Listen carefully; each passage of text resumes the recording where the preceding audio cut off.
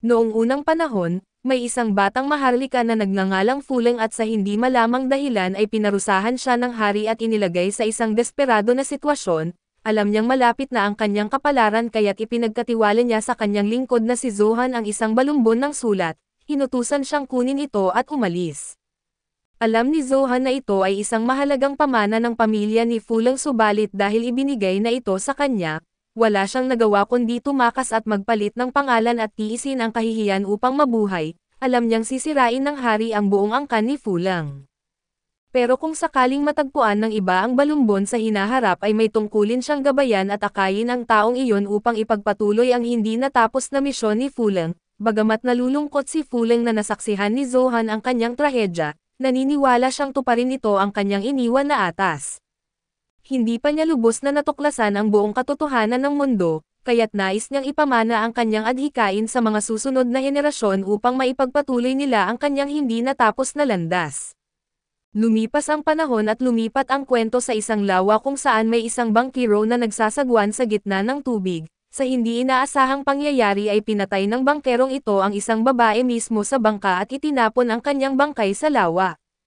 Samantala ay may isang dalagang dumating sa pampang at isang matandang lalaki ang nagbalita sa kanya na kamakailan lamang ay binalot ng makapal na hamog ang buong lugar, dahilan kung bakit wala nang ibang makapagpatuloy sa pagiging bangkero, tanging isang iskolar na lamang ang natira upang magsakay ng mga tao patawid sa lawa.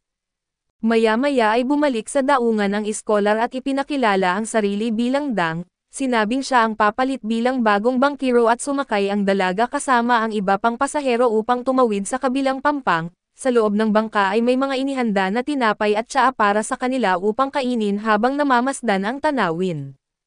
Sa hindi inaasahang pagkakataon ay nakilala ng dalaga ang isang binatang may kulay gintong buhok na matakon na kumakain ng mga tinapay. Sa pagkakita nito ay tinimplahan niya ito ng tsaa at pinaliwanag ng binata na matagal na siyang hindi kumakain kaya't sobrang gutom na siya.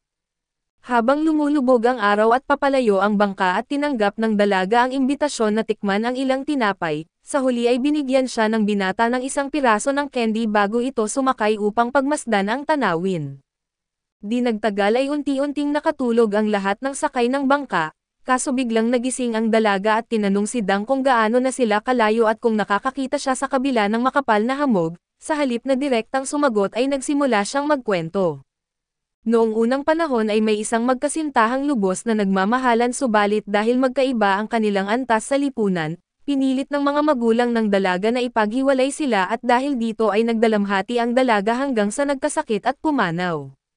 Nang mabalitaan ito ng binata ay labis siyang nalungkot at sa kanyang matinding dalamhati, ninakaw niya ang bangkay ng kanyang minamahal at araw-araw niya itong iniyakan at isang araw, sa gitna ng hamog na bumabalot sa lawa ay bigla niyang nakita ang anyo ng dalaga. Alam niyang ito ang kanyang minamahal kaya't pilit niya itong nilapitan kaso hindi niya ito maabot, kaya't nanatili na lamang siya sa pampang at patuloy siyang naghintay at sa paglipas ng panahon ay unti-unting lumiit ang distansya sa pagitan nila, hanggang sa tuluyan na silang magkasama. Ayon kay Dang ay naniwala ang mga tao na nagtagpo lamang ang dalawa dahil humihina na rin ang buhay ng binata, kaya't sa sandaling sumakabilang buhay ito doon lamang niya muling nakapiling ang kanyang iniibig. Samantala ay nagising ang binatang may gintong buhok sa puntong ito at inakusahan si Ten ng pagtatangkang mabago ang proseso, ginagamit ang buhay ng mga tao bilang tulay sa pagitan ng mundo ng mga patay at ng mundo ng mga buhay. Ibinunyag niya ang panlilinlang sa pamamagitan ng paglalagay ng gamot sa mga tinapay at hindi niya mapigil ang matawa sa ideya na malilinlang siya ng isang napakababaw na taktika. Sa sandaling iyon ay may isa pang tao na dumating sakay ng isang bangka at lumapit sa kanila at pinabulaanan niya ang kwento ni Ten, sinasabing ito ay pawang panlilinlang lamang upang iligaw ang iba at ang totoo raw, ang iskolar sa kwento ay isa lamang baliw na nilamon ng matinding pangungulila sa kanyang iniibig kaya't nagpakamatay siya sa lawa.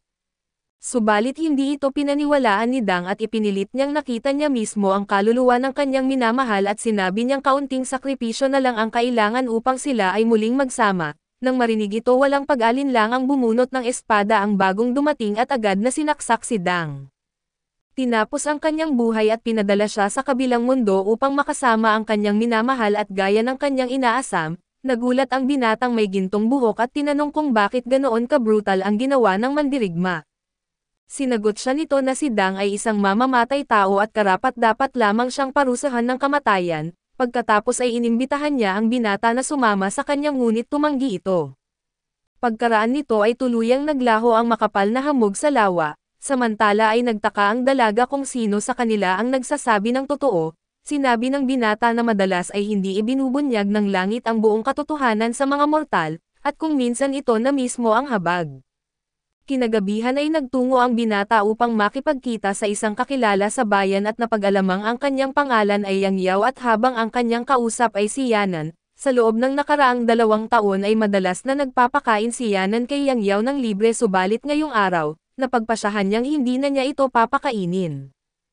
Habang nag-uusap sila ay tinanong ni Yang Yao si Yanan tungkol sa dalagang palihim na sumusubaybay sa kanya mula sa malayo. Sinabi ni Yanan na matagal na siyang sinusundan nito ngunit hindi niya ito malapitan dahil wala na siyang pagkakataong makakalibre ng pagkain. Habang papalayo si Yang Yao ay bigla siyang nilapitan ng dalaga at tinanong siya nito tungkol sa pangalan ni Yanan at sinabing may kailangan siyang pag-usapan kasama ito, gayunpaman ay sinabi ni Yang Yao na hindi madaling lapitan si Yanan. Biglang lumitaw ang mga demonyo at sinalakay si Yanan kaya't napilitan itong lumaban. Napansin ng dalaga na tila naaakit ang mga demonyo sa parol na hawak ni Yanan at agad siyang sumugod patungo rito kaya't sa gulat ni Yanan, nabitawan niya ang parol at napunta ito sa mga kamay ng dalaga. Gaya ng inaasahan ay tumuon ang atensyon ng mga demonyo sa parol at hinabol ang dalaga at agad na inutusan ni Yanan si Yang Yao na alagaan ang dalaga habang inihahanda niya ang kanyang mga hakbang. Mabilis na naglatag si Yanan ng isang mahiwagang array. Habang si Yang Yao naman ay naglabas ng isang balumbon ng sulat at nagsimulang gumuhit at sa isang iglap ay biglang naglaho ang dalaga. Makalipas ang ilang sandali ay pinalaya ni Yanan ang kanyang kapangyarihan at pinakawalan ang isang uwak na lumipad at agad na nilipol ang mga demonyo. Pagkatapos ng labanan ay tinanong ni Yanan kung saan napunta ang dalaga at sinagot siya ni Yang Yao na inilagay niya ito sa loob ng balumbon. Hinimok niyang pakinggan man lang ni Yanan ang nais nitong sabihin at kung maaari, kunin siya bilang isang lingkod lalo na't abala ito bilang isang tagapatay ng demonyo. Ngunit naniniwala si Yanan na siya ay isang nakalalasan na tao na isang nilalang na hindi maaaring magkaroon ng kasama ng matagal. Nagpatuloy si Yang Yao sa kanyang pagsamo kaya't naglagay si Yanan ng 2 patak ng kanyang dugo sa pintura upang palayain ang dalaga. Laking tuwa ng dalaga nang sa wakas ay makita niya si Yanan ng personal at nang tanungin siya ni Yanan tungkol sa kanyang pangalan, sumagot ang dalaga na hindi na niya kailangang malaman ang pangalan ng isang taong hindi na babalik, ang tanging nais lang niya ay pasalamatan ito at pagkatapos, ang kanyang katawan ay biglang nagbago at naging isang maliit na baso ng alak. Napagtanto bigla ni Yanan ang isang bagay at noong mga nakaraang taon, habang nasa isang paglalakbay natagpuan niya ang bangkay ng isang dalaga sa tabi ng daan, inilibing niya ito at inilagay ang mismong baso ng alak na iyon sa kanyang puntod at ngayon, bumalik ito upang iparating ang kanyang taos-pusong pasasalamat. Samantala ay napagtanto rin ni Yang Yao ang isang aral sa araw na iyon at ang pangungulila ng mga buhay sa mga patay ay nagdudulot ng pagkabulok, ngunit ang pangungulila ng mga patay sa mga buhay ay maaaring maging daan upang sila ay muling mamukadkad. Matapos ito ay inimbitahan ni Yang Yao si Yanan na kumain sa labas pero alam na ni Yanan na sa huli, siya rin ang magbabayad ng kanilang pagkain at kinabukasan ay hindi inaasahang may mga bisitang dumating kay Yanan, hindi pangkaraniwan ang kanilang presensya dahil naroon sila upang bumili ng malaking imbakan ng alak mula sa kanyang bahay. Matapos kunin ng babaeng may puting buhok ang alak ay napagpasyahan ng babaeng may itim na buhok na manatili pa ng kaunting panahon kasama ang ilan nilang kasamahan. Sinabi ng babaeng may puting buhok na maaari siyang gawin ang nais niya, basta't huwag siyang magdulot ng gulo sa kanilang Panginoon. Habang papalayo ang kanilang grupo ay biglang naramdaman ni Yanan na may isang tao sa paligid na lihim siyang pinagmamasdan, ngunit hindi na lang niya ito pinansin at bumalik sa loob at maya-maya ay muling dumating si Yang Yao, dala ang balitang nais niyang batiin si Yanan. Binanggit niyang nagkaroon ito ng malaking kita matapos ibenta ang isang tapayan ng alak noong nakaraang araw, at ngayon ay 10 beses pa ang kanyang naibenta at tiyak na yayaman na ito, ngunit sa seryosong paksa ay tinanong ni Yang Yao kung may ideya ba si Yanan tungkol sa pinagmulan ng mga mamimili ng alak. Halata namang hindi sila ordinaryong tao dahil sa kanilang maluho at walang pakundangang paggastos, hindi lubos na sigurado si Yanan kaso pinaghihinalaan niyang may kaugnayan ang mga ito kay Jintan. Ayon kay Yang Yao ay sobrang magarbo ng mga taong ito at karaniwan, ang mga tunay na tagapagsanay ng sining pandigma o espiritual ay hindi mahilig sa marangyang kasuotan, ngunit ang mga ito ay nakabihis ng ginto, pilak at mamahaling kasuotan. Matapos ang mahabang litanya ay inihayag na rin ni Yang Yao ang tunay niyang pakay na humihingi siya ng pera kay Yanan, agad siyang pinalayas palabas ng bahay at pag-alagala sa pamilihan at walang makain at doon ay nalungkot si Yang Yao. Dahil dito ay nilapitan niya si Zuan Kai na isang dalaga na dati isang demonyo pero ngayon ay nagtatrabaho na para kay Yanan. Tahimik lang ito at bihirang magsalita at tinanong niya ito kung may paraan upang makabalik siya sa mundo ng mga espiritu upang mapanumbalik ang kanyang lakas tuwing nagugutom, sa halip na maghanap ng pagkain na parang isang karaniwang tao. Habang naglalakad ay napansin ni Yang Yao ang itim ang buhok na dalaga mula kaninang umaga at ang isa sa mga bumili ng alak. Kasama ito ng ilang iba pang tao na nangangaral tungkol kay Jin Taeyen at ipinapakalat ang kanyang mga turo sa puok na iyon. Napansin niyang napaka-ostentatious o labis-labis ang kanilang pagpapakita kaya't naman ang mga tao sa paligid ay tila nagdududa sa kanila, iniisip na baka sila ay mga manloloko kaso hindi nagtagal, isang lalaki ang lumapit kasama ang kanyang matandang ama at humingi ng tulong sa dalaga. Agad napansin ni Yang Yao na ito ay isang palabas lamang na isang panloloko kung saan magkasabwat ang mag-ama, sinabi ng dalaga na ang matanda ay pinahihirapan ng mga demonyo at kinuha niya ang isang talisman ng Jintan at sinimulang isagawa ang isang ritual. Biglang nagkulay pula ang talisman at nasunog ito at pagkatapos ay agad na bumuti ang lagay ng matanda. Dahil dito ay naniwala ang mga tao sa kanya nang walang pag-alinlangan at nabigla si Yang Yao na kahit isang napakalinaw na pekeng palabas ay napaniwala pa rin ang mga tao. Dahil dito ay agad na nagsipaglapitan ang mga tao upang bumili ng mga talisman upang protektahan ang kanilang mga tahanan mula sa malas. Sa gitna ng kaguluhan ay isang batang mahirap ang lumapit at nakiusap sa itim na buhok na dalaga na gamutin ang kanyang ama na hindi na nakakalakad ng ilang araw. Habang hinihila siya ng bata ay tinanong ng dalaga kung may pambayad ito, iginiit ng bata na wala siyang pera at ibinigay ng dalaga ang pinakamurang halaga ng talisman na binayaran ng ibang mga mamamayan, ngunit hindi pa rin ito kayang bayaran ng bata. Dahil dito ay biglang sumingit si Yang Yao at nagpasyang siya na lang ang magbabayad, pero dahil wala rin siyang pera ay naisip niyang gamitin ang perang natanggap ni Yanan sa pagbebenta ng alak. Sabay silang naglakad patungo sa tahanan ng bata at habang naglalakad ay tinanong ng dalaga kung bakit sumusunod si Yang Yao, sagot naman niya ay kailangan niyang makita mismo kung paano isinasagawa ang paggamot, itinanong din niya kung ano ang trabaho ng ama ng bata at sumagot ito na sila ay mga magsasaka. Dahil dito ay nagsimula ng maghinala si Yang Yao na ang ama ng bata ay maaaring nagkasakit mula sa lupa. Ang kanilang bahay ay dating isang abandonadong mansyon na dating pagmamayari ng isang mayamang pamilya, kaya't sila ay pansamantalang lumipat doon. Pagdating sa bahay ay biglang binuhat ni Yang Yao ang bata at isinasabit ito sa isang puno. Sinabi niya sa bata na manatili roon at huwag papasok sa loob ng bahay. Pagpasok nila ay tiningnan agad ni Yang Yao ang ama ng bata at tinanong ang dalaga kung may nakikita ba itong kakaiba.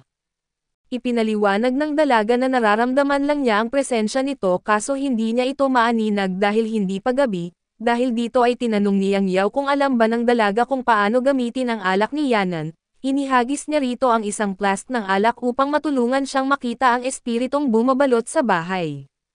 Sa loob ay napansin nila ang isang estatwa na gawa sa bato at napag-isip-isip ni Yang Yao na ang mga mayayamang pamilya ay madalas naglalagay ng mga estatwa sa kanilang bahay bilang mga tagapagbantay, kahit na wala na ang dating pamilya ay nanatili ang bantay na estatwa upang gampanan ang kanyang tungkulin. Ayon kay Yang Yao ay tila nahukay ito ng ama ng bata kaya siya nagkasakit, nagpa siya ang dalaga na atakihin ito gamit ang isang talisman upang hindi mapapahiya bilang isang disciple ni Jin Taeyen, ngunit biglang naglabas ng malakas na alingawngaw ang estatwa at pinatalsik siya papalayo. Sa mismong sandali na handa na ang estatwa na durugan siya ay mabilis na gumamit si Yang Yao ng kanyang balumbon ng sulat at sinipsip ang estatwa dito. Ibinalik ito sa orihinal nitong anyo at sinabi niya sa dalaga na ang simpleng paglibing dito ay sapat na upang makamit ang kanyang layunin. Napagtanto ng dalaga na wala siyang nagawa at lubos niyang kinilala ang kahusayan ni Yang Yao, dahil dito ay tinanong niya ang tunay nitong pagkatao kaso sinabi lamang ni Yang Yao na isa siyang hamak na manlalakbay na hindi karapat-dapat banggitin. Inimbitahan siya ng dalaga na sumali sa Jintayan sa ilalim ng kanyang pamumuno upang hindi na siya magpalaboy-laboy sa mundo. Naniniwala siyang dahil sa talento ni Yang Yao ay madali itong makakamit ang yaman at kasikatan. Subalit tumanggi si Yang Yao at hindi niya kayang malinlang ang mga tao kapalit ng pera. Dahil dito ay nagalit ang dalaga at ipinaliwanag niyang kung sasabihin ni Yang Yao ang katotohanan, makikita lamang siya ng mga tao bilang isang kakaibang nilalang o isang halimaw. Alam na dapat niya kung gaano kawalang katarungan ang mundo sa mga katulad nila at tanging sila lang ang nakakakita ng mga demonyo, pero hindi ito nakikita ng karaniwang tao dahil dito ay hindi sila pinaniniwalaan ng karamihan at madalas silang itinataboy o kinamumuhian. Sa kabila nito patuloy pa rin silang nagprotekta sa mga tao. Ano ang nagbibigay sa sangkatauhan ng karapatan na ipataw sa kanila ang ganitong kawalang katarungan? Ayon sa dalaga si Jintayan ang nagbalik ng hustisya sa mga tulad nila kaya handa siyang magsinungaling kung kinakailangan upang maisakatuparan ang kanyang misyon, ngunit hindi sumang-ayon si Yang Yao at naniniwala siyang hanggat sinusunod niya ang sarili niyang paniniwala, iyon na ang sapat na dahilan na di na niya kailangang sumunod sa batas ng langit at lupa. Makalipas ang ilang sandali ay nakasalubong nila ang dalagang matagal nang nagmamasid kay Yanan, napag-alaman nilang ang pangalan niya ay Gay at sa hindi inaasahang pangyayari, lumapit siya kay Yanan at hiniling na siya ay kunin bilang disciple. Ngunit tinanggihan siya ni Yanan at sinabi ni Gay na hindi niya matanggap kung paano pinahirapan ng mundo ang kanyang ina, hindi niya matanggap na mananatili na lamang itong nag-iisa at walang kakayahang baguhin ang nakaraan. Subalit naniniwala si Yanan na ang kalikasan na mismo ang nagtakda ng lahat at walang sino man ang makakalaban dito, ang mga bagay na nawala na ay hindi na maaaring maibalik at kinagabihan. Lihim na inutusan ni Gay ang kanyang nakababatang kapatid na nakawin ang isang tapayan ng alak ni Yanan upang gamitin ito sa isang ritual na magpapabalik sa kanilang ina. Nang suriin ni Yanan ang kanyang imbakan ng alak ay natuklasan niyang may nawala nga, samantala ay dinala ni Gay at ng kanyang kapatid ang tapayan ng alak sa isang lugar ng ritual, matapos mailagay ang mga talisman sa tamang mga posisyon at ibinuhos niya ang alak sa ritual na nilikha, dahilan upang mabuo ang isang makinang na orb. Maya-maya ay sinipsip ng orb ang mga talisman at naging isang nagliliyab na bola ng apoy, nakilala ito ng kanyang kapatid bilang mahiwagang kapangyarihan ng kanilang ina, kahit hindi pa ito kailanman tinuruan ng kanyang ina at lingid sa kaalaman ng iba, lihim na pinag-aralan ni Gay ang mahika ng kanyang ina.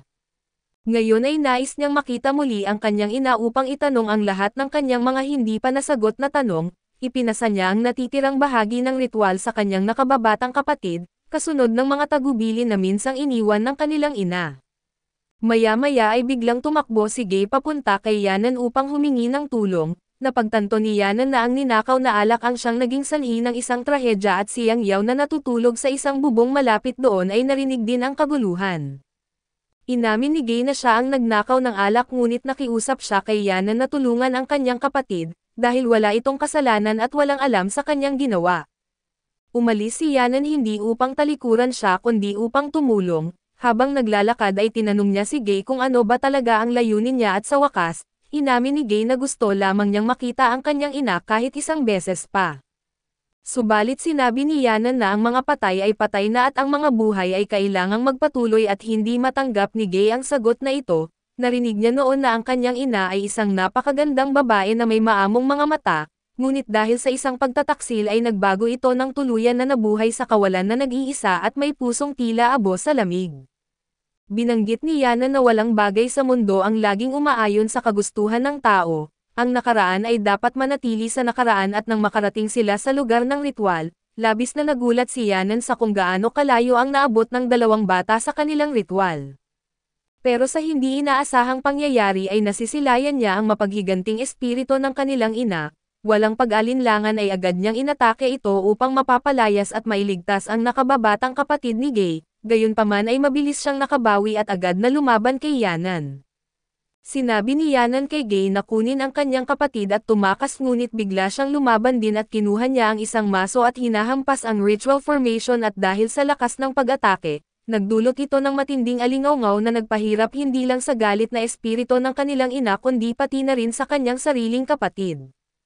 Pagkatapos buong tapang niyang ipinahayag na kailanman ay hindi siya nagmalasakit sa kanyang kapatid, naniniwala siyang hindi ito karapat-dapat maging anak ng kanilang ina kaya't gagamitin niya ito bilang sakripisyo, dahil labis niyang iginagalang at minamahal ang kanilang ina at handa siyang gawin ang anumang bagay upang maibalik ang dangal nito.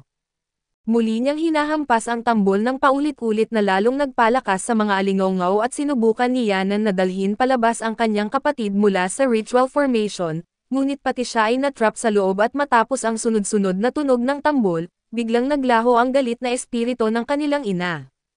Dahil dito ay sinisi ni Gay si Yanan sa pagkawala ng kanilang ina at sa sobrang galit ay pinukaw nito ang damdamin ng kanyang nakababatang kapatid na biglang umatake kay Yanan. Sa hindi inaasahang pangyayari ay lumitaw ang mga baging na mahigpit na iginapos si Yanan. Hinimok pa ni Gay ang kanyang kapatid na bunutin ang kanyang espada at tapusin si Yanan at mabilis na sumugod ang nakababatang kapatid at sinaksak si Yanan. Sinubukan nito na sabihan sila na ang kanyang dugo ay may lason ngunit alam na ito ni Gay, talagang gusto niyang mamatay pati ang kanyang kapatid. Nang tumalsik ang dugo ni Yanan sa katawan ng bata at agad itong nakaranas ng matinding sakit, kalaunan ay bumagsak si Yanan habang ang kanyang dugo ay dahan-dahan lumaganap sa ritual formation, dahil dito ay nag-aktibo ang ritual na nagudyok kay Yang Yao na agad na tumakbo papunta roon. Agad niyang tinawag si Zuan Kai at inutusan itong sirain ang ilang bahagi ng ritual formation, gayunpaman ay desperado si Yanan na pigilan si Yang Yao sa paglapit at samantala sa kabilang dako, nakilala si Jin Taian na pumunta siya upang bisitahin ang monghe na si Ginoong Shan.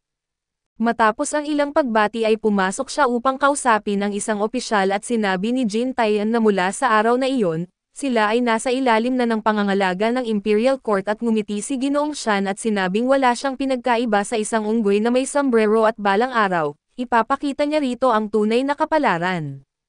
Samantala ay dinala ni Yang Yao si Yanan sa isang ligtas na lugar na nang magkamalay si Yanan at agad niyang tinanong kung nasaan sila. Ipinaliwanag ni Yang Yao na saglit lang siyang nawalan ng malay at nasa ilalim sila ng isang altar na may lagusan sa unahan.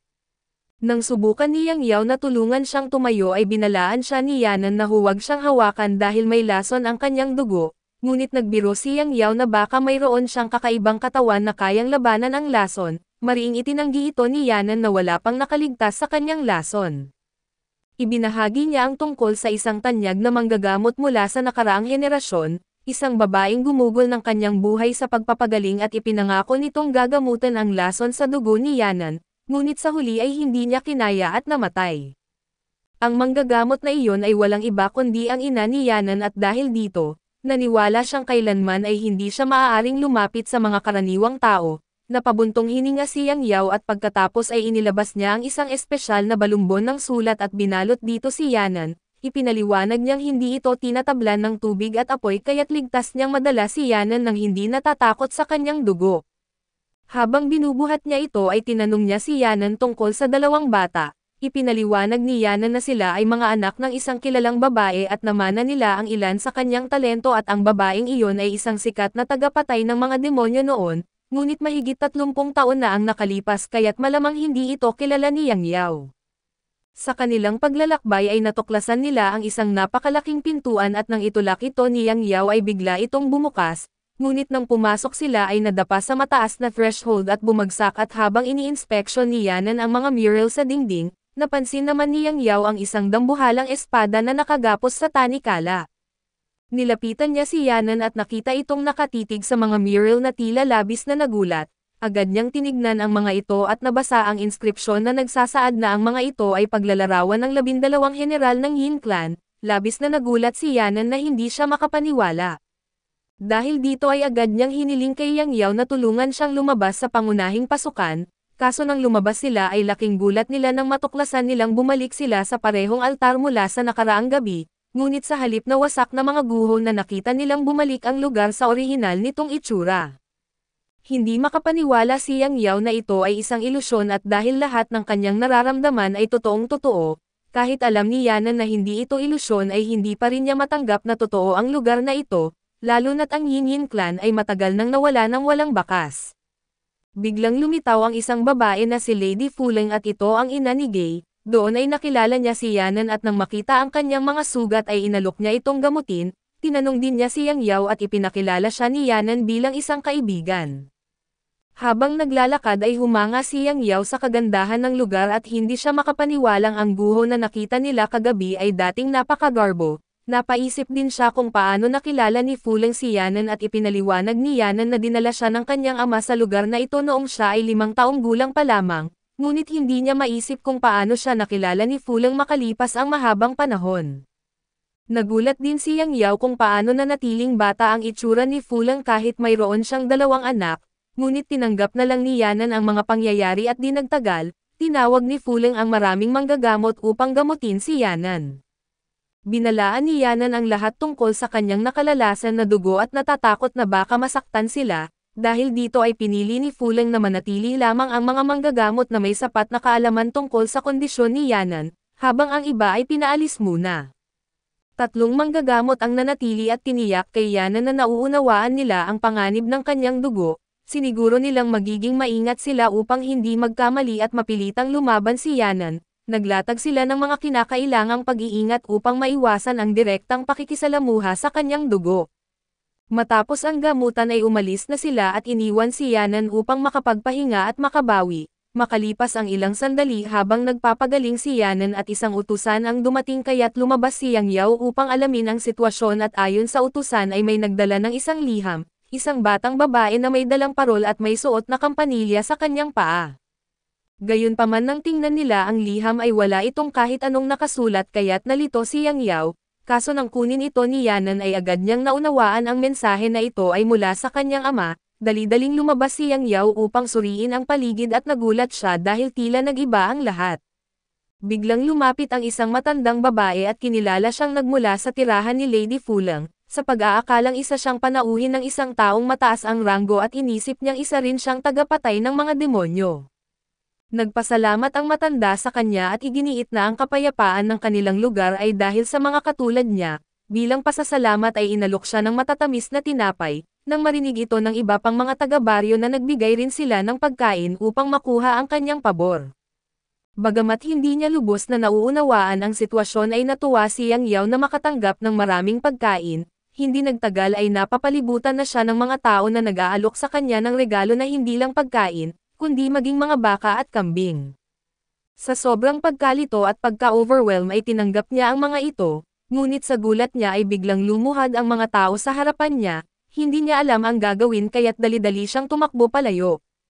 Samantala ay naghahanda si Lady Fuleng para sa isang nalalapit na pagdiriwang nang mapansin niyang may isang batang dalaga na sumisilip sa kanyang tirahan, inakala niyang isa itong palaboy kaya lumabas siya at inalok ito ng pagkain.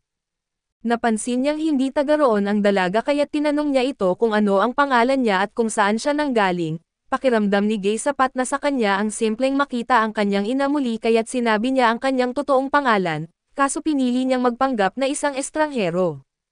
Samantala sa kasalukuyang guho isang lalaking kilala bilang Lord Money Eyes ang dumating, ipinangako niyang hinding-hindi niya malilimutan ang kawalang katarungang ipinataw sa kanilang lahi at ang mga tao ng Yin Yin Clan, at pati na rin sa dating dakilang Panginoong Fuleng.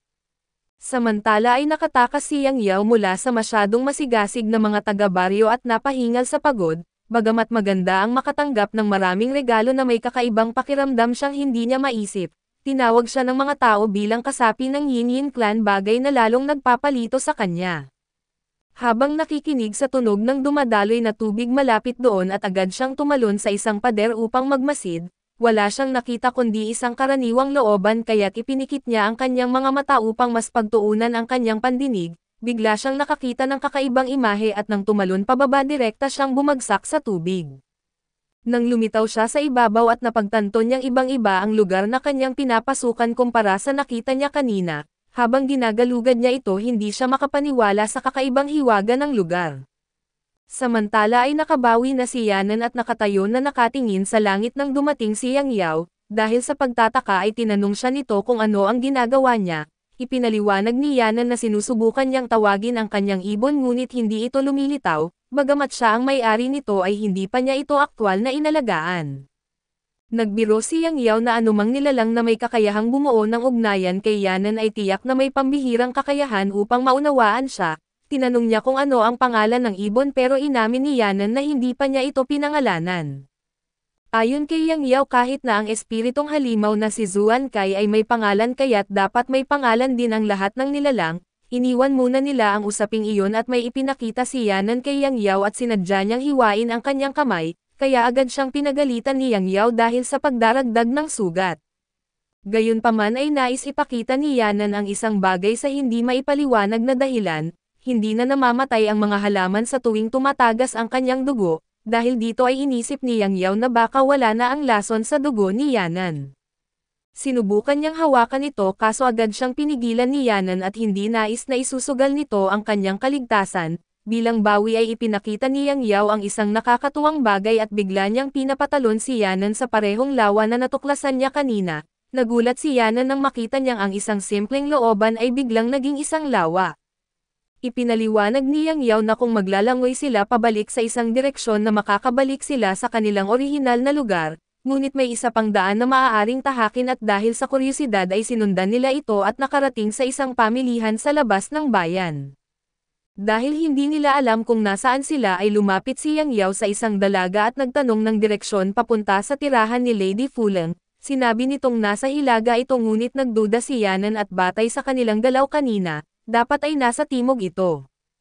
Gayunpaman dahil wala silang sapat na kaalaman sa lugar ay napagpasyahan nilang sundin ang itinurong direksyon, pero bago pa sila makalayo ay biglang naglaho ang dalaga at isang may-ari ng tindahan ng pansit ang tumawag sa kanila. Hinalok silang kumain bago siya magsara upang maghanda para sa pagdiriwang kinabukasan. Nang tanungin nila ang tungkol sa pagdiriwang ay ipinaliwanag ng tindero na ito ay isang okasyon na itinakda ni Lady Fuleng bilang parangal sa isang dakilang nilalang, dahil sa kuryosidad ay tinanong ni Yang Yao kung sino ang tinutukoy, sagot ng tindero ay walang iba kundi si Lord Fuleng. Sinimulan niyang ikwento kung paano sa nakaraan na nagdulot ng matinding pinsala ang mga demonyo sa sangkatauhan, pero si Lord Fuleng ang nagpaunawa sa mga tao ng tunay na anyo ng mga halimaw, siya rin ang nagbigay ng biyaya upang iligtas ang mga tao mula sa kanilang pagdurusa. Dahil dito ay inisip ni Yang Yao na kung nag-aalay sila ng isang seremonya para kay Lord Fuleng ay nangangahulugan itong patay na siya, kaso bigla siyang tinutulan ng tindero at iginiit niyang si Fuleng ay isang espesyal na nilalang na may immortal na katawan, hindi siya maaaring mamatay gaya ng isang karaniwang tao. Kinagabihan ay naganap ang seremonya at samantala si Gay, nang makita ang kanyang ina sa kasagsagan ng kasibulan nitong bata, masigla at puno ng liwanag na halos hindi makapaniwala, mas kilala niya ito bilang isang matandang babaeng napupuno ng lungkot. Hindi niya matanggap ang katotohanan na ito at si Ginoong Shan na naroon din ay hindi inaasahang nagkomento, kung mismong si Gay ay hindi kayang tanggapin ang nangyayari, paano pa siya na hindi rin niya kayang tanggapin ang pagbabagong ito ng panahon. Samantala ay isiniwalat ni Yanan kay Yang Yao na noon ang mga tagapatay ng demonyo na katulad nila ay bahagi ng Yin Yan clan, ngunit ang biglaang pag-angat at pagkawala ng gininto ang panahon ng mga tagapatay ng demonyo ay hindi kailanman nabigyang linaw o paliwanag. Biglang sa gitna ng seremonya ay isang malakas na hagupit ng hangin ang humahampas, agad na nakilala ni Yanan ang aura ng hanging iyon kaya't sinundan niya ito kaso bigla itong naglaho at sumunod si Yang Yao at napagtanto niyang ito ay walang iba kundi ang ibon ni Yanan. Sinabi niya kay Yanan na dapat itong bigyan ng pangalan sa halip na patuloy na tawagin ito ng walang malinaw na pagkakakilanlan, sa hindi inaasahang pangyayari at napansin ni Yang Yao na biglang lumiwanag ang kalangitan, kahit kakasimula pa lang ng gabi. Lumapit sila sa isang lokal at tinanong kung kailan magaganap ang seremonya pero sinabi nitong gaganapin pa ito kinabukasan. Ang matandang babae na nagbigay kay Yang Yao ng mga tinapay ay inisip ding sila ay mga dayuhan, nang ipaalala ni Yang Yao na binigyan siya nito ng tinapay kanina at itinanggi nito na nakilala siya. Wala siyang nagawa kundi lumayo at habang naglalakad sila sa bayan ay sinubukan nilang magtanong sa iba, pero tila wala ni isa ang nakakakilala sa kanila na maging ang dalawang alipin na babae ni Lady Fuleng ay umakto na parang hindi pa sila nakita. Muling nakita ni Yang Yao ang dalagang mula sa labas ng bayan na siya lamang ang natatanging nakakakilala sa kanila, ipinaliwanag niya na matagal na siyang naririto at alam niyang ang mga tao sa lugar na ito ay kumikilos ayon lamang sa nakatakdang papel na ginagampanan nila.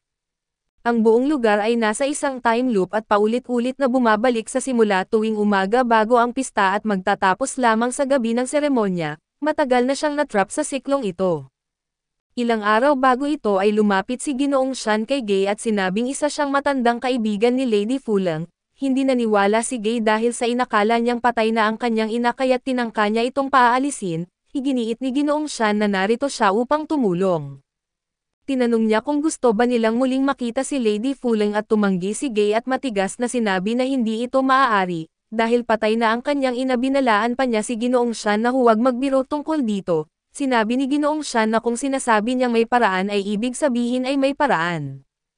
Tinanong niya kung narinig na ba nila ang tungkol sa panahon ng Yin Yin Clan at ito ang pinakamarangal na panahon para sa mga tagapatay ng mga demonyo. Inamin ni Gay na minsang binanggit ito ng kanyang ina, pero wala nang ibang nagsasalita tungkol dito. Alam niyang sa panahong iyon ay labis na iginagalang at hinahangaan ang mga tagapatay ng demonyo, kaso hindi niya alam kung ano ang nangyari pagkatapos o kung bakit ito nakalimutan ng sangkatauhan. Ipinaliwanag ni Ginoong Shan na ang gintong panahong iyon ay nilikha ng mga piling individual at isa sa mga pinakakilalang tao sa panahong iyon ay ang kanilang ina. Tinanggap ni Gay na minsan ay narinig niya ito mula sa kanyang ina kaso hindi niya lubos na nauunawaan. Ipinaliwanag ni Ginoong Shan na ang ginintoang panahong iyon ay nilikha ng mga piling nilalang at ang kanilang ina ay isa sa mga pinakamataas na iginagalang sa panahong iyon. Itinanong niya kung nais niyang makita muli ang panahong iyon. Samantala ay tinanong ni Yang Yao ang dalaga kung alam ba niya kung paano makalabas sa lugar na ito, subalit sagot niya ay hindi niya alam at higit sa lahat, hindi niya gustong umalis at naguluhan si Yang Yao kung ano ba talaga ang lugar na ito at kung bakit sila naroroon. Sinabi ng dalaga na naipaliwanag na niya ito sa liham na kanilang natanggap. Napagtanto ni Yana na ang liham na iyon ay hindi galing sa kanyang ama kundi mula sa dalagang ito. Hindi niya sinabi kung sino siya at tanging sinabi niyang palagi na siyang naririto at isang tagamasid sa lahat ng nagaganap sa lugar na ito na araw-araw at buwan-buwan. Ang lahat ng naririto ay patuloy na mauulit sa parehong paraan sapagkat ito ay mga pangyayaring dati nang naganap, pero sa isang hindi maipaliwanag na paraan ay ito ay hindi rin ganap na nakaraan. Hindi niya maibigay ang eksaktong sagot sa kanilang mga tanong kundi ay makasasagot lamang siya ng oo o hindi. Tinanong ni Yang Yao kung totoo ba ang lugar na ito at binanggit niyang totoo ito kaso hindi ganap na totoo. Maaari itong ituring na isang dula at ipinaliwanag ni Yana na bagamat ilusyon lamang ang lugar na ito, tunay ang kanilang mga karanasan dito. Sinabi rin niya na ang dahilan kung bakit hindi ito matatawag na tunay na nakaraan ay dahil ang nakaraan ay may kakayahang baguhin ang hinaharap, samantalang kahit anuman ang gawin nila dito na hindi ito makakaapekto sa realidad. Tinanong ni Yang Yao kung handa ba siyang tulungan silang makatakas, ngunit sumagot siya na wala siyang interes sa pagtakas at ang tanging nais niya ay maranasan kung paano ang maalala ng ibang tao. Iminungkahi ni Yang Yao na ipaalam niya muna ang kanyang pangalan. Sinabi niya ngayon ay alam na nila ang pangalan nilang dalawa na si Yanan at si Yang Yao kaya't sa susunod na magkita sila, hindi na niya kailangang muling magtanong at sa wakas, ibinunyag ng dalaga ang kanyang pangalan na siya si Qing William. Samantala ay patuloy ang paghahanda ni Lady Fuleng para sa seremonya at muli niyang nakita si Gay na naroon pa rin mula umaga. Nilapitan niya ito at tinanong kung bakit siya naroon na inamin ni Gay na pinagmamasdan lamang niya si Lady Fuleng. Nakikita niya kung paano ito hinahangaan ng napakaraming tao, kung paano ito napupuno ng lakas at kapangyarihan, at kaluwalhatian. Para kay Gay ay sapat na ang makita siyang masaya upang maging masaya rin siya. Nagustuhan ni Lady Fuleng ang kanyang sagot ngunit ipinaliwanag niya na ang kanyang kaligayahan ay hindi nagmumula sa kapangyarihan kundi sa mga tao sa kanyang paligid. Inalok niyang manatili si Gay kung wala itong matuluyan. Umalis si Gay at hindi nagtagal ay namataan siya ni Yang Yao at Yana na agad siyang sinundan. Sinubukan niyang maghagis ng mga bagay upang pigilan sila kaso mabilis siyang naabutan ni Yang Yao at pinigilan. Inakusahan siya nito na siya ang nagdala sa kanila sa lugar na iyon at iginiit na alam niya kung paano sila makakalabas. Tumanggi si Gay na magsalita. Biglang lumitaw ang isang nakamaskarang lalaki at inatake si Yang Yao at habang umiiwas si Yang Yao, sinunggaban ng lalaki si Gay at tumakas at agad na itinapon ang isang punyal upang hadlangan ang kanilang pagtugis. Sinubukang ipatawag ni Yang Yao si Zuan upang umatake ngunit hindi ito lumitaw. Naging nakakahinala ito kay Yanan at napagtantong tila hindi gumagana ang kanilang mga espesyal na kakayahan sa lugar na iyon. Habang naglalakad sila sa bayan ay pinag-isipan niya ang kanilang sitwasyon na napansin ni Yang Yao na ang kanilang mga kapangyarihan ay nagmumula sa panlabas na pinagmulan, at dahil sila lamang ang nakapasok sa lugar na ito. Habang ang pinagkukunan ng kanilang lakas ay naiwan kaya't hindi nila magamit ang kanilang kakayahan at matapos ang seremonya, muling naramdaman ni Yanan ang presensya ng kanyang ibon sa ihip ng hangin at dahil dito, napagtanto ni Yang Yao na ang pinagmulan ng hangin ay maaaring nagsisilbing hangganan sa pagitan ng dalawang mundo. Samantala ay tinanong ni Gay ang lalaking may maskara kung sino siya at kung bakit siya iniligtas. Malubha ang mga sugat nito at hindi nais ipakita ang kanyang mukha kaya agad itong tumakas. Hindi nagtagal ay bumagsak siya at dinala ni Ginoong Shan upang gamutin. Ang lalaking may maskara ay walang iba kundi ang nakababatang kapatid ni Gay. Mahal niya ang kanyang kapatid at alam niyang matigas ang ulo nito sa pagnanais na ipagpatuloy ang pamana ng kanilang ina, gayunpaman ay tinutulan niya ito dahil natatakot siyang maaaring sundan ni Gay ang parehong malungkot na landas ng kanilang ina. Pinabulaanan ni Ginoong Shan ang kanyang pananaw at sinabing siya ang matigas ang ulo, dahil si Gay ay hindi naman tunay na tagapagmana ng pamana ni Lady Fuleng at siya ay isang ampun lamang, ang tunay na tagapagmana ay siya mismo. Nang napagtanto ng nakababatang kapatid na alam ito ni Ginoong Shan at tinanong niya kung bakit pa niya dinala si Gay sa lugar na iyon, inamin ni Ginoong Shan na nais niyang gamitin si Gay upang maimpluwensyahan ang nakababatang kapatid na ipagpatuloy ang pamana ng kanilang ina, kung ito ang ninanais ng kanyang kapatid ay handa siyang tumulong kay Ginoong Shan. Samantala nakakita si Yang Yao ng isang pagkakataon at nagbalak ng isang plano at napansin niyang may tiyak na punto kung saan nagsisimula ang time loop, kaya inisip niyang kung o-order siya ng isang masarap na pagkain bago magtapos ang siklo, sa oras na mag-reset ang loop at wala nang makakaalala at hindi na niya kailangang bayaran ito. Nabigla si Yanan sa kanyang paraan ng pag-iisip at tinanong ang sarili kung bakit hindi pa siya nakikipaghiwalay kay Yang Yao. Ipinapaalala niya rito na malapit nang magsara ang kainan at hindi nito papayagan siyang magkaroon ng utang. Habang desperado silang nag-iisip ng paraan upang makaalis ay ang iniisip pa rin ni Yang Yao ay pagkain.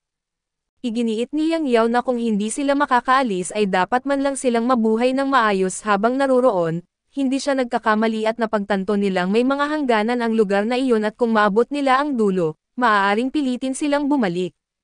Nais niyang hanapin ang sentrong punto ng lugar kaya't mabilis siyang tumakbo at habang naiwan si Yanan upang magbayad muli, habang naglalakbay ay sinagip ni Yang Yao ang isang batang nalunod, ilang sandali pa ay dumating ang ina ng bata at nagpasalamat sa kanya.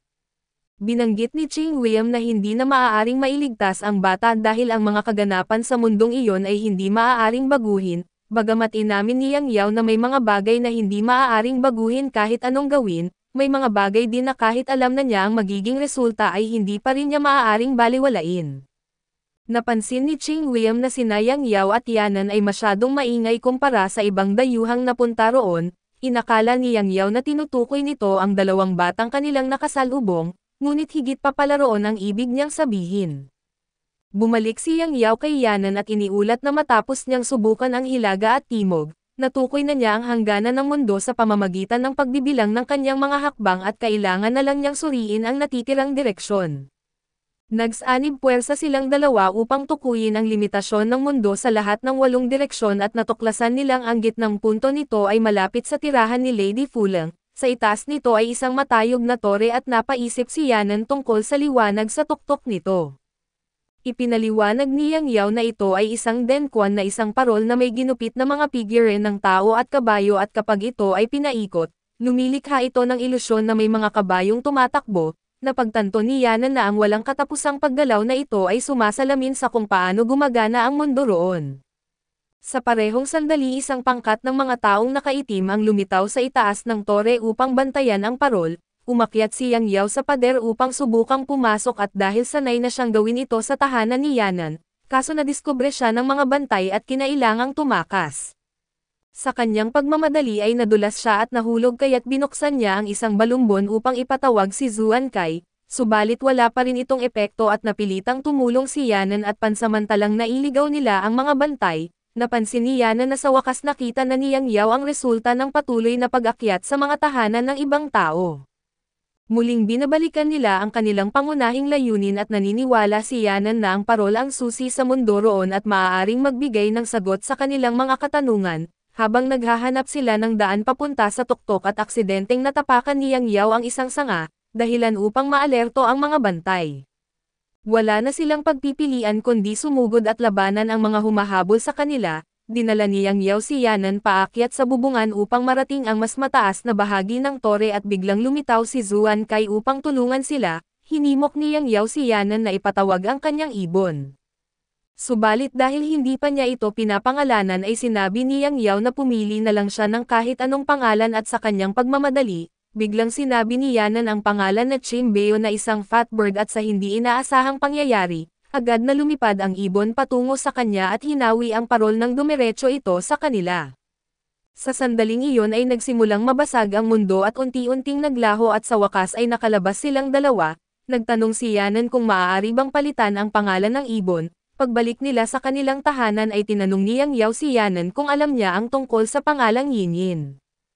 Ipinaliwanag niya na ito ang tawag noon sa mga tagapatay ng demonyo na minsang nagprotekta sa sangkatauhan at sumunod kay Lord Fuleng, gayunpaman ay hindi niya alam kung bakit ito nakalimutan at naimbitahan noon ang kanyang pamilya na sundan si Fuleng, ngunit dahil sa kakaibang lason sa kanilang dugo pinili nilang lumayo sa ibang tao. Nagulat si Yang Yao na sa loob lamang ng 30 taon at isang buong panahon ay maaaring mabura ng walang bakas, maliban sa mga alaala ng mga taong nakaranas nito at ang tanging natitirang bakas ay ang parol, nang tanungin ni Yang Yao kung ano na ang nangyari sa pagsasaayos nito. Natuklasan nilang ang parol ay naglalaman lamang ng mga tala tungkol sa panahon at mga pangyayari mula sa mundong kanilang pinanggalingan, namangha si Yang Yao na may kakayahang muling likhain ang isang buong mundo ng may ganitong katumpakan. Napagtanto ni Yanan na ang gumawa nito ay may kakayahang lumikha ng mga bagay mula sa papel, habang si Yang Yao naman ay may kakayahang iselyo ang mga tunay na bagay sa loob ng papel, magkatulad ang kanilang kakayahan ngunit magkaiba ang paraan ng paggamit. Tinanong ni Yanan si Yang Yao kung kaya ba niyang lumikha ng isang mundo tulad ng nasa parol kaso para kay Yang Yao, dapat igalang ng mga tao ang langit at lupa at ang mga ganitong bagay ay hindi dapat binabaliwala. Nagulat si Yanan na sa pagkakataong ito ay seryoso ang sagot ni Yang Yao. Sa huli ay napagpasyahan nilang huwag nang muling buuin ang parol, natuklasan nilang wala itong kakaibang katangian na maliban sa lagda at selyong may nawawalang bahagi, kaya't imposibleng maibalik ito ng buo. Hindi na rin naunawaan ni Yang Yao ang kahulugan ng parol o kung bakit si Ching William, isang taong hindi apektado ng mga panuntunan ng mundong iyon ay patuloy na naaakit sa Yinyin clan. Ang interes niya sa Yinyin clan ay nagmula sa ideya na ang mga tagapatay ng demonyo noon ay parehong iginagalang at nagagalak sa kanilang tungkulin, hindi nagpakita ng interes si Yanan at sanay na siyang mag-isa. Tinanong niya si Yang Yao kung kaya nitong matukoy ang uri ng papel na ginamit sa parol, sa pag-aakalang bilang isang artista at may alam ito sa ganoong bagay, pero hindi sigurado si Yang Yao at kailangan niyang humanap ng ibang paraan upang malaman ito. Nang malito si Yanan ay ipinaliwanag ni Yang Yao na mayroon siyang higit sa isang espiritu, bagamat hindi lahat ay sumusunod sa kanya gaya ni Shu at Kai kaya't bihira niyang ipatawag ang iba. Nagpasya siyang tawagin si Gian at pagdating nito, agad niyang pinagmumura si Yang Yao na malinaw na kinamumuhian siya at nagulat ito na may nagawang kaibigan ang isang tulad niya, maging si Yanan ay nagduda kung tunay ngang isang espiritu ng tagapaglingkod si Gian So.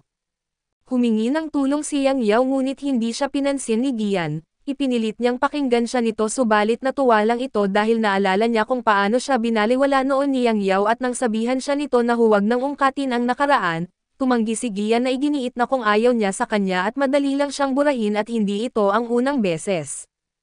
Ipinagtanggol ni Yang Yao ang sarili at ipinaliwanag na ang nakaraan ay isang aksidente. Ngunit lalo lang itong nagpagalit kay Gian at agad siyang inatake nito at sinabihan si Yanan na huwag makialam. Inakusahan ni Gian So si Yang Yao na hindi pinahahalagahan ang buhay at isinumpang hindi niya ito patatawarin, kahit na siya ay muli niyang ikinulong sa loob ng balumbon, ipinahayag ni Gian So na hindi niya siya patatawarin sa pagsasakripisyo sa isang bata.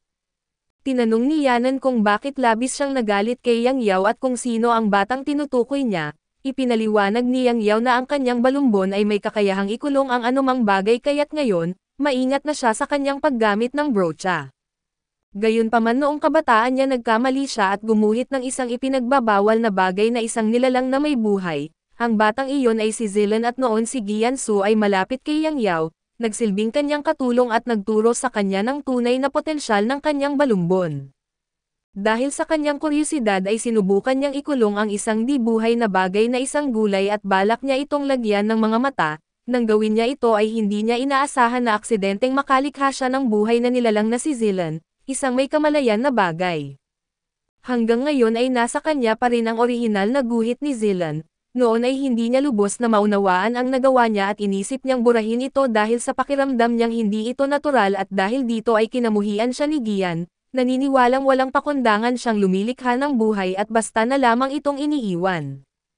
Para kay Gian, ano nga ba ang kahulugan ng buhay kay Yang Yao kung nakasalalay lang ito sa kanyang kagustuhan? Wala siyang pinagkaiba sa isang mabangis na hayop at napagtanto ni Yanan na hindi naman talaga binura ni Yang Yao si Zilan, ngunit dahil hindi niya alam kung nasaan ito hindi niya rin matugunan ang sama ng loob ni Gian.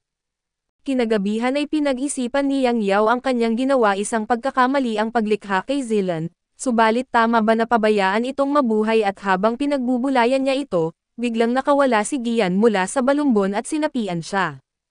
Nang matuklasan na hindi pa nabura si Zilan ay pinilit ni Gian si Yang Yao na gumuhit ng mga mata sa kanya upang ito ay muling lumitaw. Nang lumitaw si Zilan na agad niyang iniutos dito na tumakas bago niya pinalaya si Yang Yao.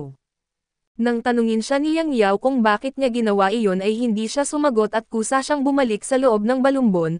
Makalipas ang ilang sandali ay nakatagpo nila ang dalawang estudyante ni Jin Taeyan na si Ling, ang babaeng may puting buhok at si Chu at ito ang dalagang may itim na buhok. Nagtaka si Ling kung bakit matagal nang nag-iipon ng pera si Chu, sinabi nitong nais niyang magkaroon ng sapat na kayamanan upang mabago ang kanyang buhay, para sa kanya tanging sa pera at katanyagan makakamit ang respeto ng mga tao gaya ng kung paano iginagalang ng libo-libo ang kanilang pinunong si Jin Taeyan. Lumaki siyang mahirap kaya't naging obsesyon niya ang pagkakaroon ng yaman, naniniwala siyang kahit sa kamatayan ang mahihirap ay nananatiling hindi pinapansin at walang halaga. Naniniwala si Ling na pantay-pantay ang lahat ng buhay at walang pinagkaiba sa mga hayop sa kagubatan. Para sa kanya ay ang pagkamatay ng tao ay hindi naiiba sa pagkakalante ng halaman o pagkamatay ng hayop. Kinabukasan ay nagsimulang maghanap si Yang Yao kay Zilan noon pa man, pinagalitan siya ni Gian dahil sa walang ingat niyang paglikha ng isang buhay. Natagpuan niyang malambot si Zilan kaso agad siyang sinaktan ni Gian dahil nasaktan niya ito. Dahil nakakaramdam ito ng sakit at nangangahulugan itong mayroon itong kakayahang maranasan ang pagsilang, pagtanda, pagkakasakit at kamatayan na tulad ng isang tunay na nilalang. Matagal siyang naghanap kay Zilan kaso sa paningin ng mga tao ay mukha siyang baliw na naghahanap ng isang gulay na may mata. Noon minsan niyang naisip kung si Zilan ba ay kumakain o umiinom at natuklasan niyang hindi ito kumakain ng gulay, marahil dahil para sa kanya at iyon ay parang pagkain ng sariling kauri kaso mahilig ito sa century eggs. Noong panahong iyon ay pinilit ni Gian si Zilan na matutong kumain ng mag-isa gamit ang chopsticks, kahit anong subok ni Zilan at hindi niya ito magawa kaya't gusto siyang tulungan ni Yang Yao, gayunpaman ay napakahigpit ni Gian na tulad ng isang tipikal na istriktong ina. Sa kasalukuyan ay aksidenteng napagtanungan ni Yang Yao ang ilang bata at natuklasan niya kung nasaan si Zilan. Noon ay may isang pagkakataon kung saan si Yang Yao at si Zilan ay pansamantalang nanirahan sa isang abandonadong templo. Nahihirapan na nga siyang alagaan ang sarili at tapos ngayon ay may kasama pa siyang isang libreng kumakain na tulad ni Zilan. Bilang tulong ay nagdala si Zilan ng mga sibuyas at bawang para sa kanya pero agad niya itong tinanggihan dahil hindi ito makakabusog. Dahil sa pagkadismaya ay nanahimik na lang si Zilan sa isang sulok at hindi inaasahan ni Yang Yao na kamukha ito ng isang masarap na lutong gulay. Kaya't nang bumalik si Gian na may dalang isda para sa kanya at nadatnan niya itong kinakagat ni Yang Yao ang ulo ni Zilan, dahil dito ay agad siyang pinalo ni Gian at sa kasalukuyan, napansin ni Yang Yao ang isang batang lalaking inaapi ng ibang mga bata at tinawag na isang halimaw. Agad siyang nakaramdam ng pagkahabag at naalala ang panahong natuklasan ng mga taga-nayon si Zilan at tinawag din itong halimaw, maging siya ay nadamay noon at itinuring nakakampi ng isang halimaw at pinalayas ng mga tao, wala siyang nagawa kundi tumakas kasama si Zilan sa kanyang mga bisig. Nang bumalik si Gian noon ay pinayuhan niya si Yang Yao na huwag na lang pansinin ang mga mangmang na taga-nayon, dahil hindi nila alam kung gaano karami na pagsisikap ang kanilang inilaan upang protektahan ang mga ito. Hindi niya matanggap na kinakailangan nilang ipagtanggol ang mga taong tinuturing silang mga mapanganib na nilalang. Hindi nakikita o nasasaktan ng mga karaniwang tao ang mga tunay na halimaw kaso pilit pa rin nilang inaapi si Gian at si Zilan, ngunit kahit noon pa man ay hindi rin lubos na kinontra ni Yang Yao ang takot ng mga taga-nayon, hindi niya rin tiyak kung hindi nga ba talaga mapanganib si Zilan. Sa kasalukuyan wala pa itong ginagawang masama kaso paano kung magbago ito sa hinaharap. Sa kaloob-looban niya ay may matinding takot siyang nararamdaman at ang nakakatakot na buhay na kanyang nilikha ay maaaring maging isang bagay na kakilakilabot. Dahil siya mismo ang lumikha kay Zilan at isang nilalang na hindi dapat umiral sa mundong ito, pakiramdam niya ay responsibilidad niyang burahin ito. Samantala ay dumating si Chu sa isang nayon upang bigyang babala ang mga tao tungkol sa 3 buwan ng matinding pagulan at pagbaha. Sinabi niyang kaya niyang pigilan ang sakuna kapalit ng isang maliit na bayad. Hindi naniwala ang mga taga-nayon at para sa kanila ang ulan at bagyo ay bahagi ng kalikasan at hindi maaaring pigilan ng sinuman. Wala silang narinig kailanman tungkol kay Jin Taeyeon kaya't inakala nilang isa siyang scammer. Pinayuhan siya ni Ling na huwag maging padalos-dalos dahil malayo sila sa lugar kung saan naninirahan si Jin Taeyeon. Natural lamang na hindi nila ito kilala at hindi nagtagal ay dumilim ang langit at nagtipon ang may itim na ulap. Binanggit ni Ling na kung sapat na kalala ang pagbaha ay tiyak na lalapit ang mga taga-nayon upang humingi ng tulong. Pumasok siya sa loob at pinaalalahanan si Chu na huwag magmadali sa susunod. Kung hindi pa dumaranas ng paghihirap ang mga tao ay hindi nila kailanman kikilalanan ang halaga ng kanilang tulong. Kinakailangan nilang hayaan munang tumaas ang tubig baha sa loob ng ilang araw bago sila mag-alok ng tulong.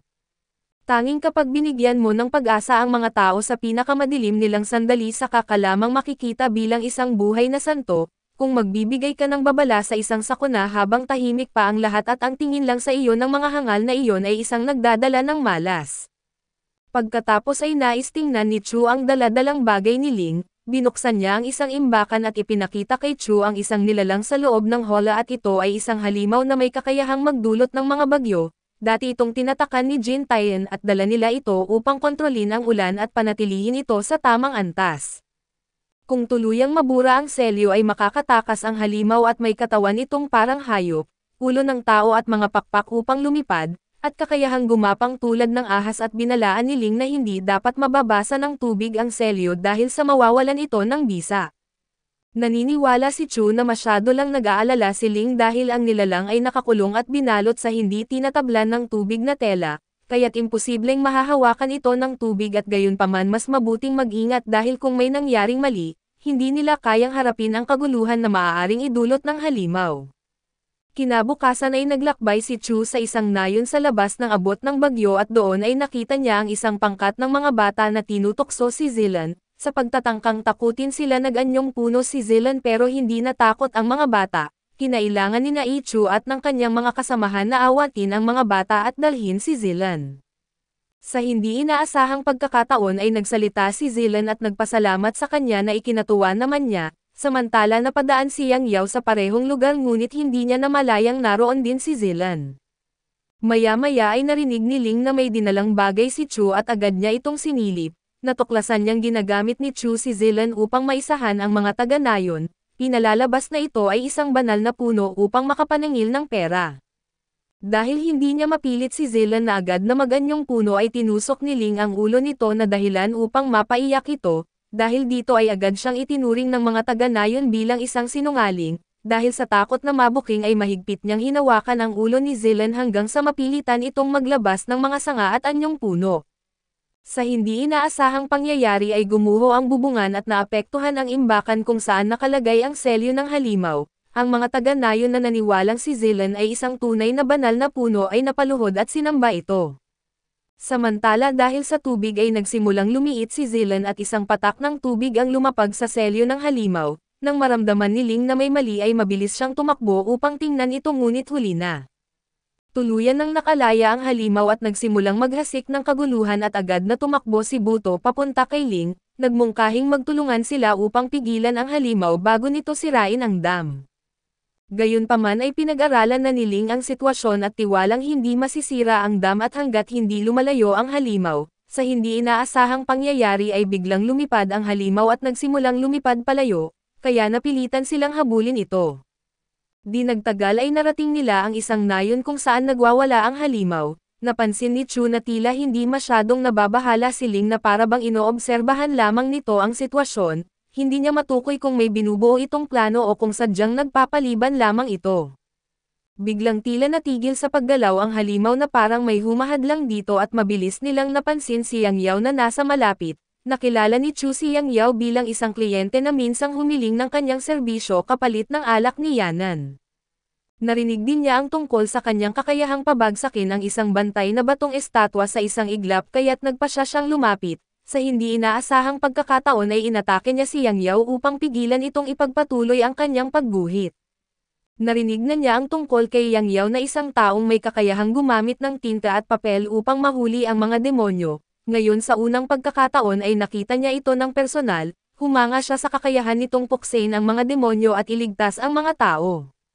Subalit dahil ang halimaw ay pag-aari ni Jin Taeyeon at nais niyang siya mismo ang tumalo rito at hindi niya papayagan na makialam si Yang Yao, pero hindi siya nag-alala kung sino man ang may-ari ng halimaw at hanggat may panganib itong dulot sa mga tao, hindi niya ito hahayaan na manatiling malaya at agad niyang tinawag si Zuan upang harapin si Ling.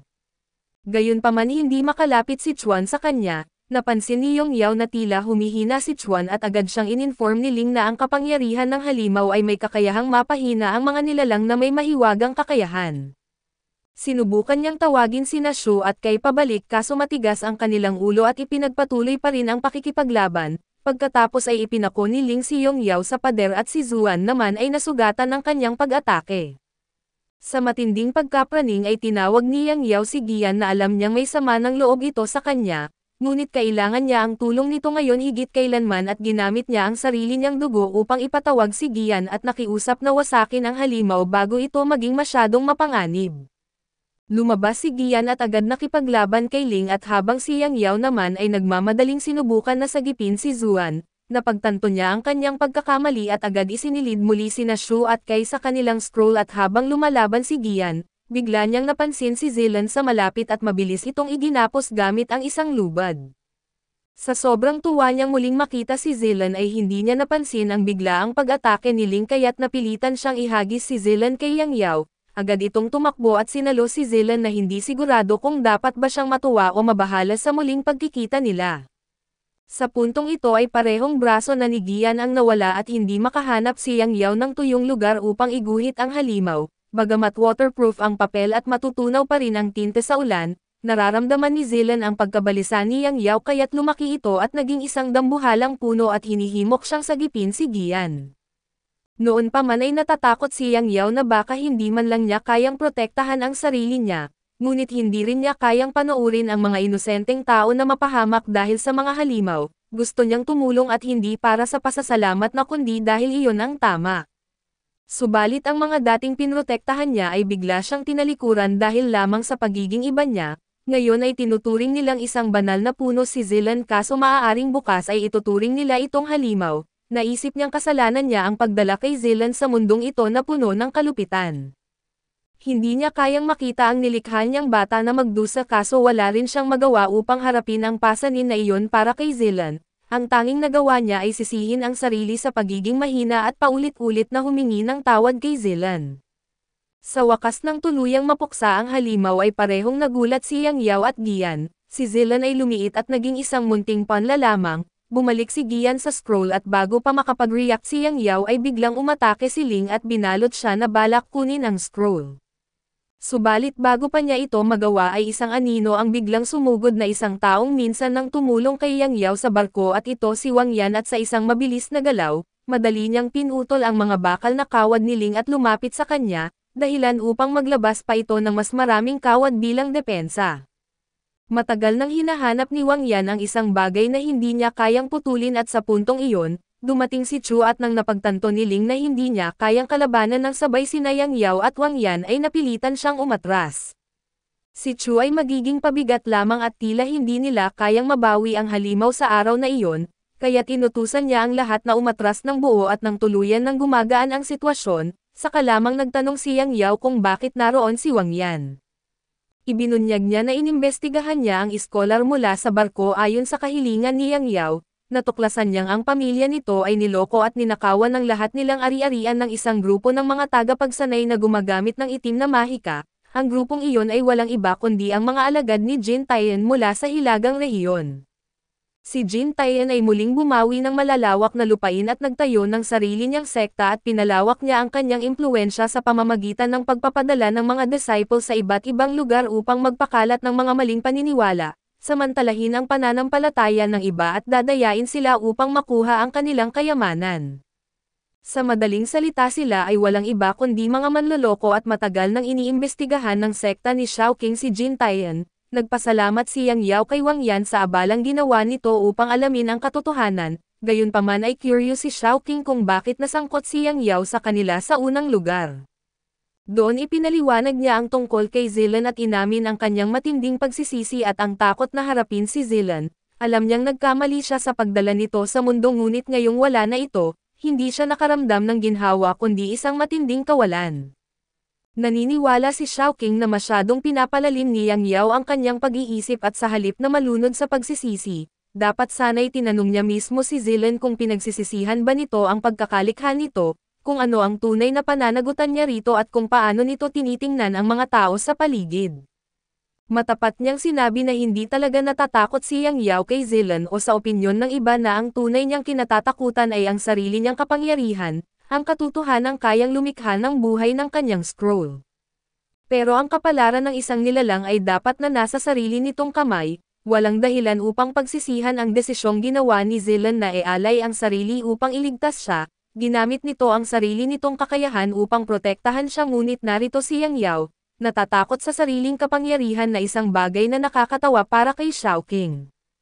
Ang kanilang mga kakayahan ay ipinagkaloob ng langit upang puksain ang kasamaan at protektahan ang mga tao, hindi upang gawing katatawanan ng iba at sa huli ay sinabi ni Xiaoqing na mali pala ang kanyang paghusga kay Yang Yao, iniisip niyang isa itong matalino na tao. Matapos sabihin iyon ay naglakad na siya palayo, habang naiwan si Yang Yao na naguguluhan at nagpapakabigat sa sarili sa kanyang sariling pagdududa at kahangalan. Samantala ay galit na galit si Jin Taian dahil hinayaan ni Chu na makuha ang kanyang nakapirming halimaw, dahil dito ay itinuring niyang wala na itong silbi at iniutos na siya ay patayin, di nagtagal ay bumalik si Yang Yao at natagpuan si Yanan, na walang sawang gumagawa ng tinta upang matulungan si Chuan Kai na makabawi ng lakas. Nagulat si Yana nang malaman niyang pinahina ng ulan sina Shu at Kai at pinaliwanag ni Yang Yao na ang tubig ng halimaw ay espesyal kaya nitong patayin maging ang banal na apoy, biglang may kumatok sa pintuan at binuksan nila ito at bumungad sa kanila ang isang dalaga at isang mamamatay tao. Sinabi ng babae na hindi siya naroon upang bumili ng alak ni Yanan na kundi upang singilin ang isang utang, dahil nasira nila ang parol na ginawa niya para sa isang kliyente at dumating siya upang humingi ng kabayaran. Agad na sinisi ni Yang Yao si Yanan at iniwan siyang magbayad kaso hindi pera ang gusto ng babae kundi ang kanilang buhay. Biglang sumugod ang mamamatay tao sa kanyang tabi kaya't napilitang sumagot si Yanan upang ipagtanggol ang sarili pero mabilis siyang napigilan. Walang nagawa si Yang Yao kundi lumaban din kaso mabilis silang itinapon ng mamamatay tao palabas ng bahay. Agad nitong hinugot ang kanyang espada upang umatake at inabot ni Yanan ang kanyang mga balahibo upang lumaban. Ngunit pinaalalahanan siya ng babae na mamamatay pa rin ang kanyang asasin kung malagyan ito ng dugo ni Yanan. Dahil sa kanyang awa ay natamaan si Yanan at bumagsak at sa sandaling iyon ay handa nang tapusin ng babae ang kanyang buhay, ngunit biglang lumipad palayo ang kanyang pulang sinulid at naganyong ibon na ikinagulat ng lahat. Maya-maya ay ibinaba ng babae ang kanyang ulo at humingi ng tawad kay Yanan at nagmakaawang tulungan siya. Lubos na naguluhan si Yang Yao at nang makapasok sila sa loob ay ipinakilala ng babae ang sarili bilang si Zinggi mula sa isang silangang kaharian, nakilala ni Yanan ang kanyang pamilya bilang isang angkan na dalubhasa sa pangangalap ng impormasyon. Inamin ni Zinggi ang kanyang pagkakamali at humingi ng tawad kay Yanan pero nanatiling may pagdududa si Yang Yao, naniniwalang isa lamang siyang manloloko at gayunpaman ay ibinunyag ni Zinggi na alam niya ang tungkol sa nasugatang espiritu ni Yang Yao at kasalukuyan itong ginagamot sa loob ng bahay. Sinabi niyang kaya niyang pagalingin si Zuan pero hindi siya pinaniwalaan ni Yang Yao, naniniwalang sapat na ang paglangoy nito sa tinte sa loob ng ilang araw upang makabawi. Pinagtawanan ni Zinggi ang kanyang tinte at tinawag itong murang materyal at hindi karapat-dapat na ituring bilang isang tunay na lunas para kay Zuan. Pagkatapos ay nag-alok siya ng kasunduan na kung tutulungan siya ni Yang Yao ay ililigtas niya si Zuan. Sa una ay hindi nakita ni Yanan ang benepisyo sa kasunduang ito, ngunit dahil masyado ng delikado ang sitwasyon ni Zuan ay napilitan siyang pumayag na tanggapin ang alok ni Yang Yao. Nang inilabas nila si Zuan ay napansin ni Zinggi na isa na lamang itong walang laman na katawan, ipinaliwanag niya na maaaring magkaroon ng hindi inaasahang pagbabago kapag ginamit ang kanyang tinta. Kaso hindi niya matiyak kung ano ang magiging epekto nito. Nang ipasok niya ang tinte kay Zuan at isang hindi inaasahang pagbabago ang naganap at bigla itong naging mas matikas at sa unang pagkakataon ay nakapagsalita. Ang una nitong sinabi kung bakit ang liit nito habang nakatingin siya kay Yang Yao. Pagkatapos ay lumingon-lingon ito sa paligid at napansin kung gaano kaluma ang kanilang tirahan, samantala ay napagtanto ni Zinggi na tila na-absorb ni Zuan ang ilan sa kanyang personalidad at totoo naman na talagang luma na ang bahay.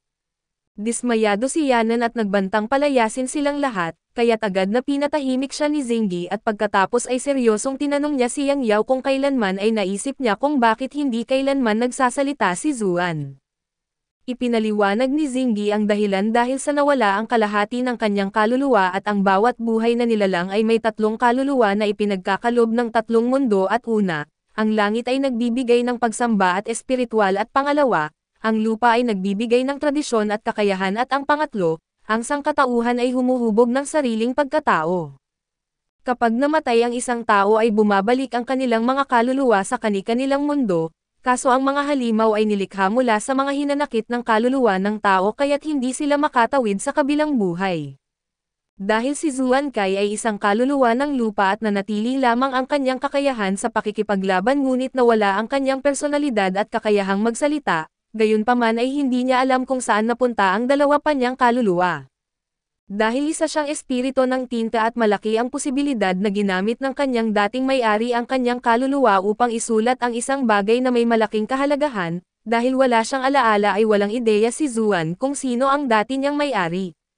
Nagawang pansamantalang pigilan ni Zinggi ang tuluyang pagkawala ni Zuan gamit ang kanyang tinta, pero kung patuloy nilang gagamitin ang pamamaraang ito ay unti-unti siyang magiging isang pangkaraniwang pamalo ng tinta sa halip na isang buhay na nilalang.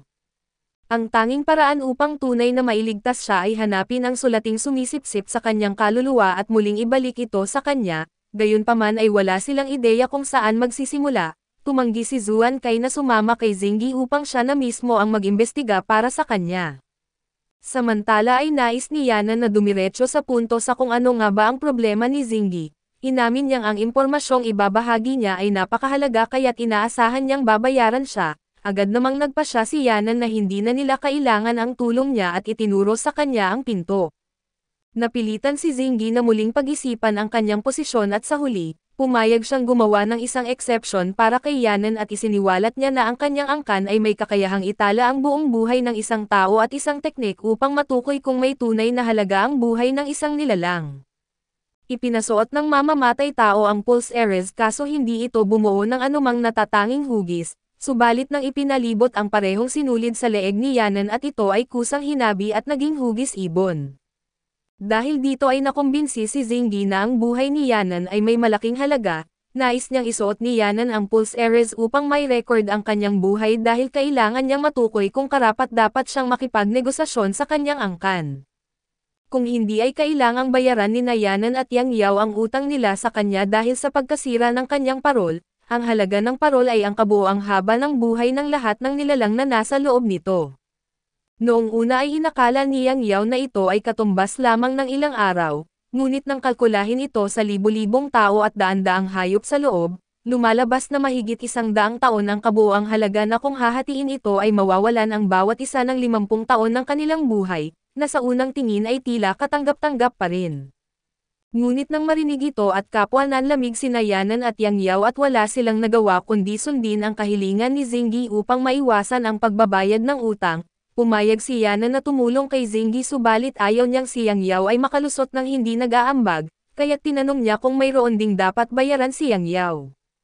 Maging si Zinggi ay naging interesado sa buhay ni Yang Yao at sinubukan na sukatin ito gamit ang kanyang Pulse Erez. Pero sa halip na mabuo ang sinulid ay bigla na lamang itong naglaho ng tuluyan.